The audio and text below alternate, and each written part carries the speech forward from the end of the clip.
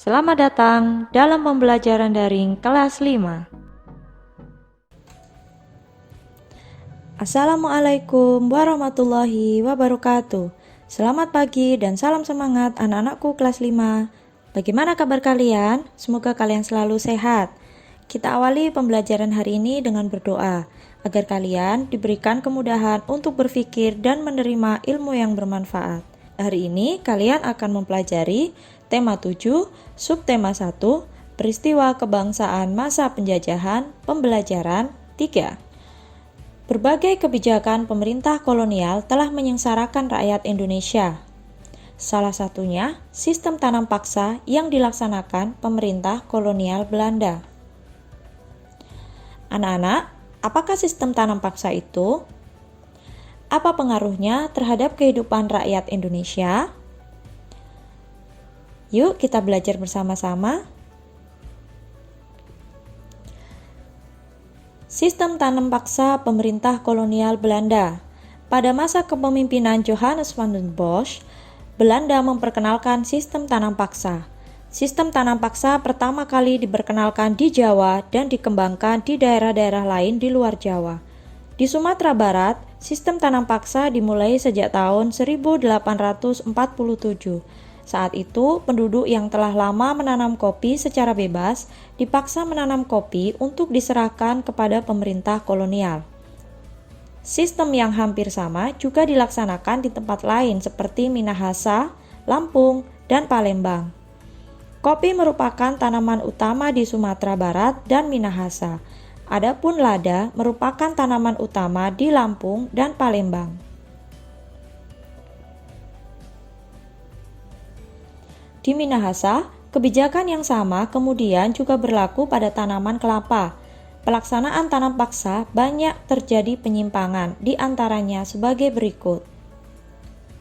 1. Jatah tanah untuk tanaman ekspor melebihi 1/5 tanah garapan, apalagi jika tanahnya subur.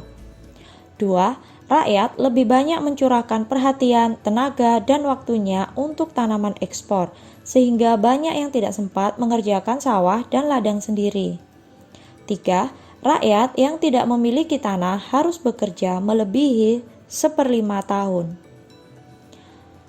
4. Waktu pelaksanaan tanam paksa ternyata melebihi waktu tanam padi atau 3 bulan, sebab tanaman-tanaman perkebunan memerlukan perawatan terus-menerus. 5. Setiap kelebihan hasil panen dari jumlah pajak yang harus dibayarkan kembali kepada rakyat ternyata tidak dikembalikan kepada rakyat. 6. Kegagalan panen tanaman wajib menjadi tanggung jawab rakyat atau petani. Adanya penyimpangan-penyimpangan pelaksanaan tanam paksa membawa akibat yang memberatkan rakyat Indonesia. Akibat penyimpangan pelaksanaan tanam paksa tersebut antara lain: banyak tanah terbengkalai sehingga panen gagal. Rakyat makin menderita, wabah penyakit merajalela. Bahaya kelaparan melanda Cirebon dan memaksa rakyat mengungsi ke daerah lain untuk menyelamatkan diri. Kelaparan hebat juga terjadi di Grobogan yang mengakibatkan banyak kematian sehingga jumlah penduduk menurun tajam. Tanam paksa yang diterapkan Belanda di Indonesia ternyata mengakibatkan aksi penentangan. Berkat adanya kecaman dari berbagai pihak, akhirnya pemerintah Belanda menghapus tanam paksa secara bertahap. Salah satu tokoh Belanda yang menentang sistem tanam paksa adalah Douwe Dekker dengan nama samaran Multatuli. Dia menentang tanam paksa dengan mengarang buku berjudul Max Havelaar. Edward Douwe Dekker mengajukan tuntutan kepada pemerintah kolonial Belanda untuk lebih memperhatikan kehidupan bangsa Indonesia, karena kejayaan negeri Belanda itu merupakan hasil tetesan keringat rakyat Indonesia.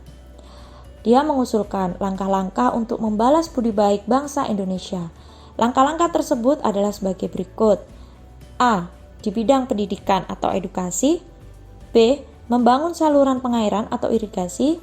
C. Memindahkan penduduk dari daerah yang padat ke daerah yang jarang penduduknya atau transmigrasi.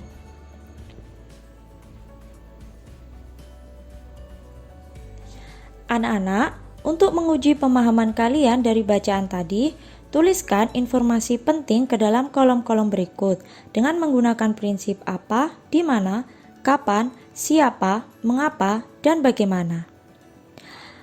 Apakah tanam paksa itu? Tanam paksa ialah sistem yang memaksa rakyat menanam komoditas tertentu dengan peraturan tertentu.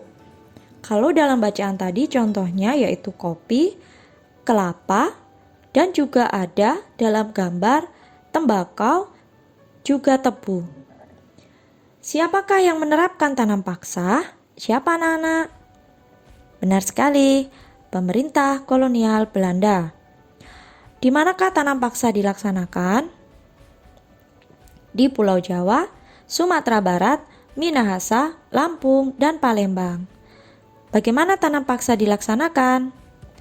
Sistem tanam paksa dimulai tahun 1847. Penduduk yang telah lama menanam kopi secara bebas dipaksa menanam kopi untuk diserahkan kepada pemerintah kolonial Belanda. Apa akibat tanam paksa? Banyak tanah terbengkalai, rakyat menderita, wabah penyakit merajalela, dan bahaya kelaparan di mana-mana. Siapakah penentang tanam paksa? Siapa tadi? Benar sekali, rakyat Indonesia dan Douwe Dekker. Dalam teks bacaan tadi, kalian tentunya menemukan banyak sekali kosakata. Kosakata terdiri dari kosakata baku. Contohnya, kebijakan, penyimpangan, jatah, panen, pajak.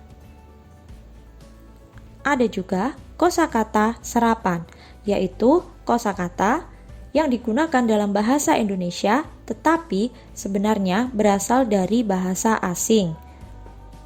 Contohnya yaitu ekspor, edukasi, irigasi, transmigrasi.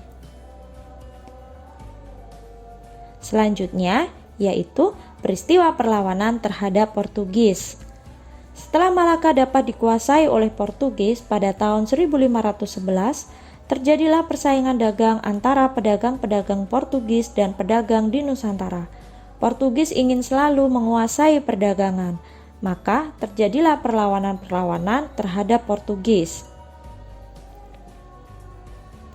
Perlawanan tersebut antara lain sebagai berikut. A. Sultan Ali Muhayyad Shah pada tahun 1514 sampai 1528 berhasil membebaskan Aceh dari upaya penguasaan bangsa Portugis. Sultan Alauddin Riayat Shah tahun 1537 sampai 1568 berani menentang dan mengusir Portugis yang bersekutu dengan Johor. Sultan Iskandar Muda tahun 1607 sampai 1636.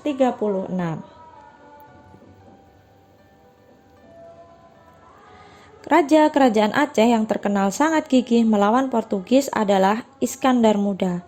Pada tahun 1615 dan 1629, Iskandar Muda melakukan serangan terhadap Portugis di Malaka.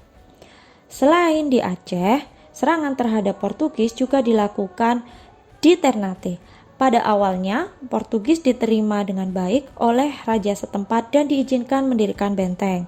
Namun, lama-kelamaan rakyat Ternate mengadakan perlawanan karena Portugis serakah, ikut campur dalam pemerintahan, membenci agama rakyat Ternate dan bersikap sewenang-wenang. Rakyat Ternate dipimpin oleh Sultan Hairun bersatu dengan Tidore melawan Portugis, sehingga Portugis terdesak. Pada waktu terdesak, Portugis mendatangkan bantuan dari Malaka dipimpin oleh Antoni Galvo, sehingga Portugis mampu bertahan di Maluku. Pada tahun 1565, rakyat Ternate bangkit kembali di bawah pimpinan Sultan Hairun. Portugis berusaha menangkap Sultan Hairun, tetapi rakyat bangkit untuk melawan Portugis dan berhasil membebaskan Sultan Hairun dan tawanan lainnya. Akan tetapi, Portugis melakukan tindakan licik dengan mengajak Sultan Hairun berunding. Dalam perundingan, Sultan Hairun ditangkap dan dibunuh.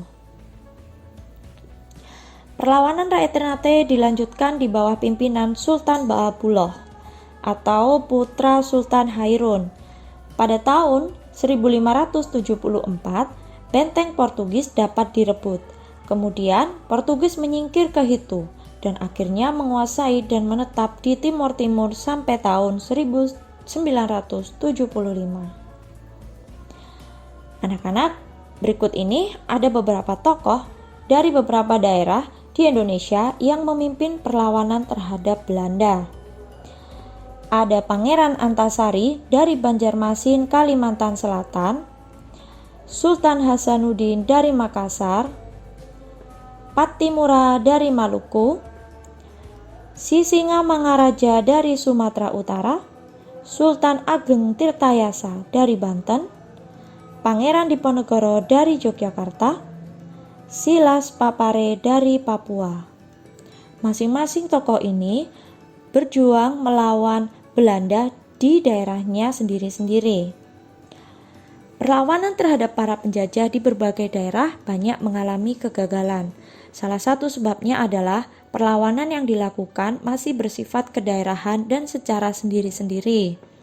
Dengan demikian, perlawanan itu tidak akan kuat dan mudah diadu domba oleh penjajah. Negara kita sangat luas wilayahnya dan beragam pula sosial budayanya. Seandainya setiap daerah, suku, dan golongan bersatu padu melawan penjajah, niscaya penjajah dapat kita usir sejak dahulu kala. Keragaman sosial budaya di Indonesia sangat beraneka ragam hingga saat ini.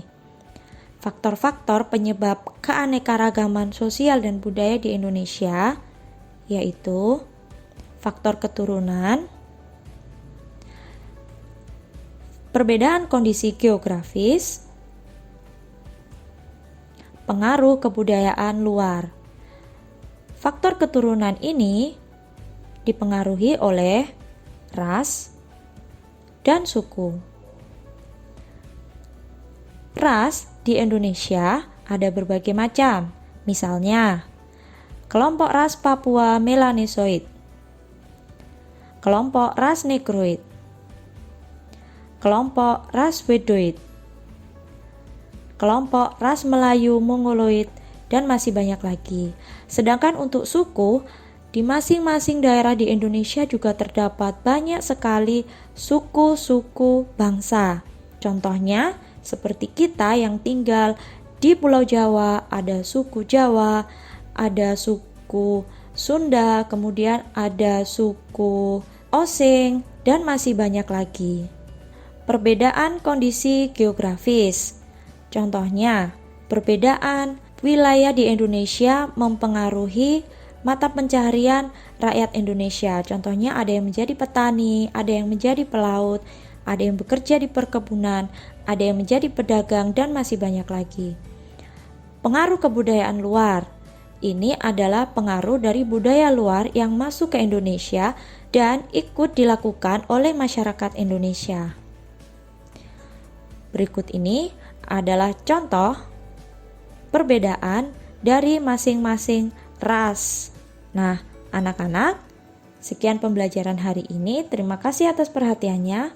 Sampai jumpa pada pembelajaran selanjutnya. Tetap terapkan protokol kesehatan dalam berkegiatan di kehidupan sehari-hari. Assalamualaikum warahmatullahi wabarakatuh.